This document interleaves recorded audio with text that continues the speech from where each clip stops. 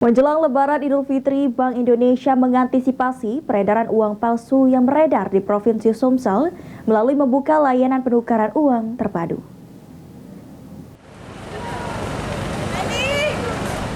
Menjelang Lebaran Idul Fitri, Bank Indonesia terus mengantisipasi peredaran uang palsu di Provinsi Sumsel melalui layanan penukaran uang terpadu.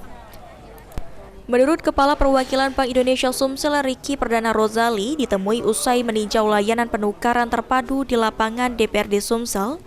Dengan melakukan penukaran resmi ini akan meminimalisir peredaran uang palsu, karena bila masyarakat menukar uang di pinggir jalan yang jelas ada biaya tambahan, dan kedua, tidak yakin uang tersebut asli.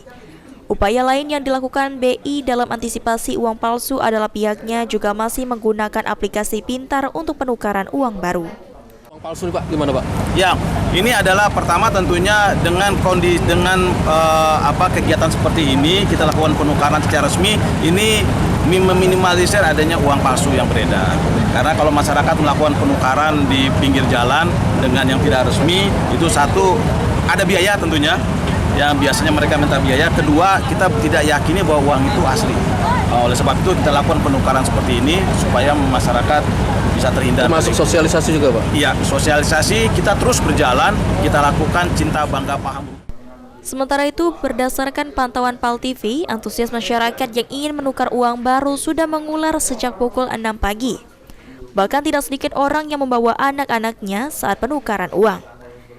Siti, salah satu warga yang menukar uang pada layanan penukaran terpadu, mengaku memilih program tukar uang terpadu karena memiliki limit yang lebih banyak daripada melalui perbankan, meski harus antri cukup lama. Jam 7 lewat, setengah 8. Jam 7 lewat. Gimana nih Pak setelah ada penukaran uang ini Pak?